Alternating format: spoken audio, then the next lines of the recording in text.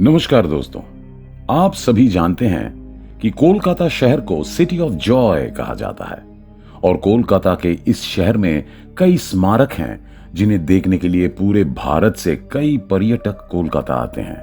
और केवल देश के बारे में बात करना गलत होगा, क्योंकि कोलकाता जैसे जीवंत शहर को देखने के लिए दुनिया के लगभग हर हिस्सों से बहुत सारे लोग इस शहर में आते हैं।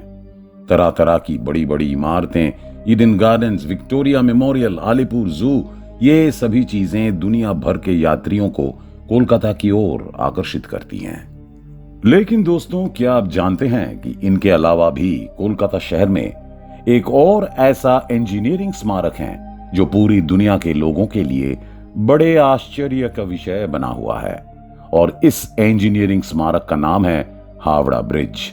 हावड़ा ब्रिज हुगली नदी पर बनाया गया है और कोलकाता और हावड़ा के बीच एक लिंक के रूप में कार्य करता है। लेकिन हैरानी की बात यह है कि इस हावड़ा ब्रिज के नीचे कोई पिलर सपोर्ट नहीं है, या फिर इस ब्रिज के निर्माण के दौरान किसी नट बोल्ट का इस्तेमाल नहीं किया गया।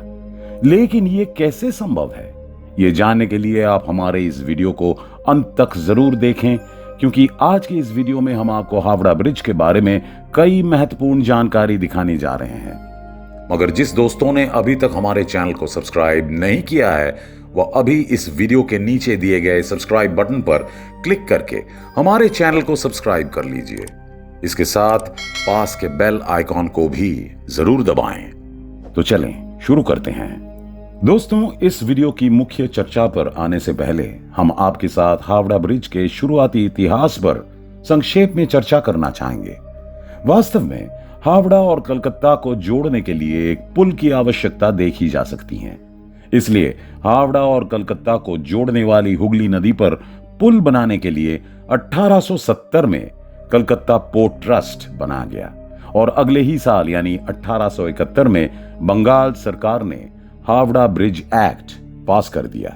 इस एक्ट को पास होने के बाद सर ब्रैडफोर्ड लेस्ली हुगली नदी पर पुल बनाने वाले पहले व्यक्ति थे। लेकिन उन्होंने पॉन्टून ब्रिज या फ्लोटिंग ब्रिज बनाया, जो लगभग 1528 फीट लंबा और लगभग 62 फीट चौड़ा था। इस ब्रिज को बनाने में करीब 22 लाख रुपए की लागत आई थी। 1906 में हावड़ा स्टेशन की स्थापना के बाद क्षेत्र तेजी से व्यस्त हो गया और हावड़ा ब्रिज के पुनर्निर्माण का निर्णय लिया गया। लेकिन फिर प्रथम विश्व युद्ध छिड़ने के कारण इस योजना को ठंडे बस्ते में डाल दिया गया। फिर 1922 में न्यू हावड़ा ब्रिज कमीशन का गठन किया गया, और फिर एक जर्मन कंपनी ने सबसे कम लागत पर इस ब्रिज को बनाने के लिए आवेदन किया। लेकिन अंत में Braithwaite Burn and Jessop construction company नाम की एक कंपनी ने इस ब्रिज को बनाने का टेंडर जीत लिया।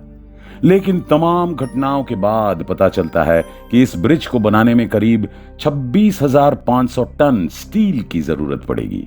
उस समय इतनी मात्रा में स्टील की आपूर्ति करना काफी मुश्किल था। लेकिन आखिरकार टाटा स्टील कंपनी ने इस स्टील की आपूर्ति की जिम्मेदारी संभाली और करीब 23,500 टन स्टील की व्यवस्था की। इसके बाद इस ब्रिज की डिजाइन और आर्ट वर्क शुरू हुआ।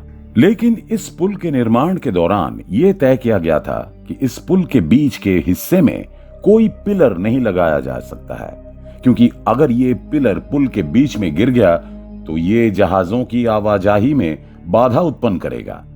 आपको जानकर हैरानी होगी कि इस ब्रिज के बीच में असल में कोई पिलर नहीं है। ये पुल नदी के दोनों ओर 280 फीट ऊंचे दो खंभों पर ही खड़ा है। इन दोनों खंभों के बीच की दूरी करीब 1500 फीट है। इसके अलावा इस ब्रिज के बीच में कोई दूसरा पिलर नहीं है।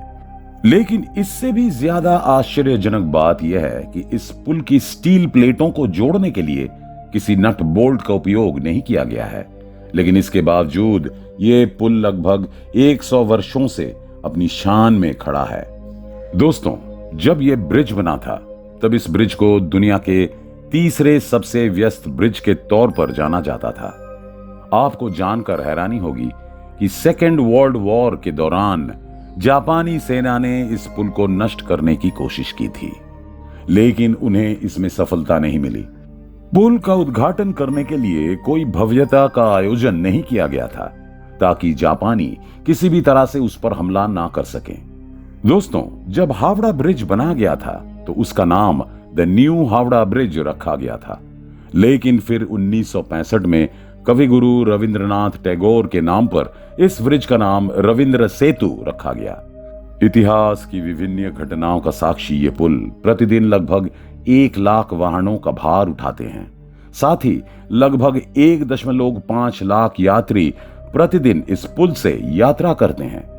लेकिन आज ये सदियों पुराना पुल भी भयंकर समस्या से गुजर रहा है और इसका मुख्य कारण हम हैं।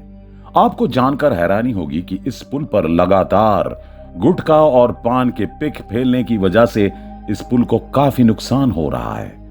2011 में पोर्ट ट्रस्ट के अधिकारियों द्वारा एक तकनीकी निरीक्षण रिपोर्ट से पता चला कि 2007 से हावड़ा ब्रिज के खंभों की रक्षा करने वाले स्टील हुड की मोटाई गुटखा और पान के पिक ने लगभग 6 मिलीमीटर से घटाकर 3 मिलीमीटर से कम कर दी थी। यदि हम अभी तक सावधान नहीं हुए तो जल्द ही हम इंजीनियरिंग की एक उत्कृष्ट कृष्टि को हमेशा के लिए खो देंगे। इस ब्रिज के बारे में एक और फैक्ट है जो आपको हैरान कर सकता है। कई लोगों का मानना है कि हावड़ा ब्रिज के पास एक गुप्त चाबी है जो अंग्रेजों ने भारत सरकार को नहीं दी थी। इस चाबी से हावड़ा ब्रिज को 2 भागों में बांटा जा सकता है। दरअसल उस वक्त बड़े जहाजों को पास करने के लिए ऐसी व्यवस्था बनाई गई थी, लेकिन कई लोग इस बात की सच्चाई पर शक करते हैं क्योंकि इस मामले पर कोई उचित सबूत नहीं है। लेकिन इतने लंबे समय से हमने हावड़ा ब्रिज के पूरे इतिहास को संक्षेप में जानने की कोशिश की है, लेकिन इस बार हम आपके सामने हावड़ा ब्रिज से जुड़े कुछ भौतिक तथ्य पेश करने जा रहे हैं जिसे सुनकर आपके रोंगटे खड़े हो जाएंगे। जी हां दोस्तों, आपने सही सुना। दरअसल हावड़ा ब्रिज से सटे इलाकों में बहुत समय पहले से हावड़ा ब्रिज पर आधारित कई भूतों की कहानियां और चमत्कार प्रचलित हैं। अब ये खबरें कितनी सच है और कितनी झूठी हैं, इसकी कोई पुख्ता जानकारी हमारे पास नहीं है, तो हम भी आपसे इन्हीं बातों पर चर्चा करना चाहते हैं। दोस्तों, हावड़ा ब्रिज से सटे इलाके में रहने वाले कई निवासियों ने दावा किया है कि वे कभी कभी हावड़ा ब्रिज से किसी के रोने की आवाज सुनते हैं, और उनमें से कई ने दावा किया कि उन्होंने कभी कभी 2 हाथों को नदी के पानी से निकलते हुए देखा। कई लोग ये भी दावा करते हैं कि पुल पर चलते समय उन्होंने कभी कभी शरीरहीन आत्माओं को देखा है, और कुछ ने तो कभी कभी किसी को नदी में कूदते भी देखा है। हालांकि जल्द ही उन्हें एहसास हो गया कि वहां कोई है नहीं। अब मुझे नहीं पता कि ये सब सच है या काल्पनिक, क्योंकि मैंने खुद कभी ऐसी घटना का अनुभव नहीं किया है। लेकिन फिर इन शब्दों का स्रोत क्या है? लोग अचानक इस तरह की बातें क्यों करने लगे? दरअसल हावड़ा ब्रिज के बनने के बाद से अब तक कई लोग इस ब्रिज से कूदकर आत्महत्या कर चुके हैं। अब इस क्षेत्र में बहुत से लोग सोचते हैं कि उनमें से बहुतों की आत्माएं अभी तक बाहर नहीं निकली हैं, इसलिए वे अभी भी उस पुल के चारों ओर शरीर विहीन आत्माओं के रूप में भटक रहे हैं। दोस्तों, क्या आपने कभी ऐसे अनुभव का सामना किया है? कृपया मुझे कमेंट करके बताएं। हम आपकी बहुमूल्य टिप्पणियों की प्रतीक्षा कर रहे हैं। तो दोस्तों, यह है हमारा आज का वीडियो।